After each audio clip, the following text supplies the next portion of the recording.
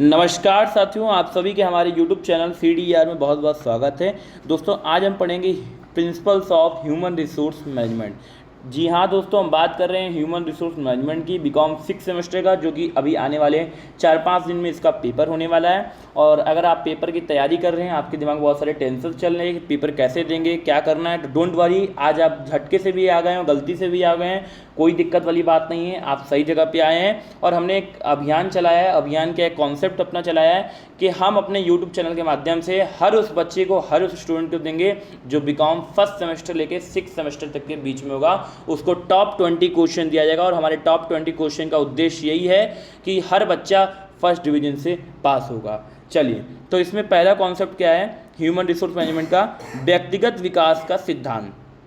दोस्तों, principles of individual development, ये क्या बोलता है कि भाई हमें हर उस व्यक्ति का विकास करना है जो हमारे कंपनी में कार्यरत है। फॉर एग्जांपल, आपने कोई कंपनी ओपन किया और आपके यहाँ एम्प्लॉय आया, आपने उसका सिलेक्शन कर लिया और उसको काम पे शुरू कर दिया, लेकिन वो काम करने में कहीं ना कहीं कमी भी गलती कर रहा है, तो आप उसका क्या करोगे, आप उसका डेवलपमेंट करोगे। ठीक है, इसीलिए ये कॉन्सेप्ट ह्यूमन रिसोर्स का है। दूसरा क्या है, वैज्ञानिक चयन का सिद्धांत, प्रिंसिपल ऑफ साइंटिफिक सिलेक्शन। ये क्या बोलता है कि भाई हमने क्या किया, सिलेक्शन कर लिया, लेकिन सिलेक्शन करने के कुछ अपने मेथड होते हैं। साइंटिफिक अगर तौर पे देखा जाए तो उसमें कुछ मेथड बताए गए, विधि बताए गए, जो हमें ये बताता है कि कैसे हम किसी एम्प्लॉय का सिलेक्शन कर सकते हैं, किस आधार पे।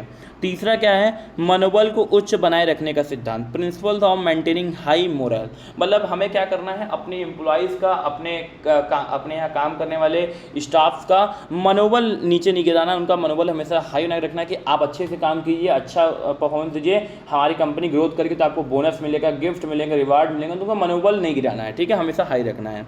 चौथा, प्रिंसिपल ऑफ मोटिवेशन, ये भी वही कह रहा है कि हमें मोटिवेट करते रहना है, किसी भी तरीके से वो डीमोटिवेट ना हो। अगर डीमोटिवेट वो हो जाएंगे तो हमारी कंपनी पे कहीं ना कहीं उसका नेगेटिविटी असर पड़ेगा। अगला क्या है, प्रिंसिपल ऑफ कम्युनिकेशन। ये बोल रहा है कि भाई कंपनी में चाहे मैनेजर हो, चाहे डिप्टी मैनेजर हो, चाहे सेल्स डिपार्टमेंट मैनेजर हो, कोई मतलब अधिकारी हो, उसको अपने स्टाफ से उसी तरीके से बात करना चाहिए जिस प्रकार वो अपने बॉस से बात करता है। ठीक है, तो ये कम्युनिकेशन में हमारे कंपनी बहुत पॉजिटिव असर डालता है।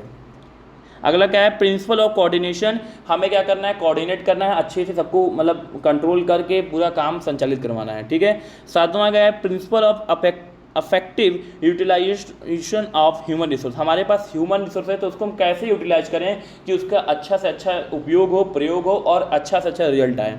अगला क्या है, प्रिंसिपल्स ऑफ फेयर रिवार्ड। हमें क्या करना है, अपने एम्प्लॉयज़ को मोटिवेट करते रहना है, उनको ज़्यादा के रिवार्ड देने हैं, बोनस देने हैं, गिफ्ट्स देने हैं, कुछ फैसिलिटीज देनी है, कुछ शेयर देने हैं, तो वो उससे क्या रहेंगे, खुश रहेंगे, मोटिवेट रहेंगे और अच्छा वो कोशिश करेंगे हमारी कंपनी और सक्सेस हो तो हमें और लाभ मिलेगा।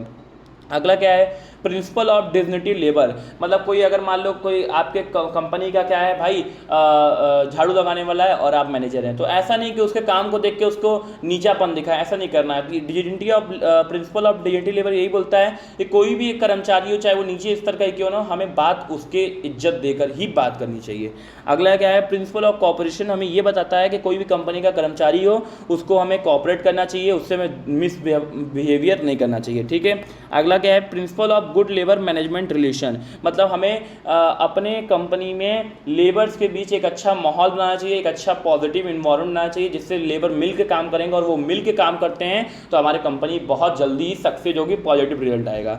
अगला क्या है, प्रिंसिपल ऑफ नेशनल वेलफेयर। ये नहीं देखना है कि हमारी कंपनी का खाली लाभ कमाया जाए, उसको क्या करना है, अपने देश के लिए भी कुछ योगदान देना है, जैसे अपने अगल बगल हॉस्पिटल बना दे, स्कूल बना दे, लेबर्स को कुछ कर दे, तो ऐसा वो काम करते रहे। ठीक है, तो ये 12 प्रिंसिपल हैं, सब खाली हेडिंग का खेला है। अगर आप हेडिंग अच्छे समझ गए, कॉन्सेप्ट समझ जाएंगे, निश्चित रूप से आपका 20 नंबर का क्वेश्चन तैयार हो जाएगा। ये पेपर में आपके आ सकता है, principles of human resource management को व्याख्या कीजिए। ठीक है, तो ये आपका एक 20 नंबर का क्वेश्चन में तैयार होता है और 5 नंबर का भी क्वेश्चन तैयार होता है। अगर 5 नंबर का आएगा तो 5 पॉइंट, 20 नंबर का आएगा तो कम से कम 10 पॉइंट। ठीक है, चलिए आज के लिए इतना ही। आप सभी को जय हिंद, जय भारत। अगर आपको वीडियो अच्छा लगे, लाइक कीजिए, सब्सक्राइब कीजिए, शेयर कीजिए।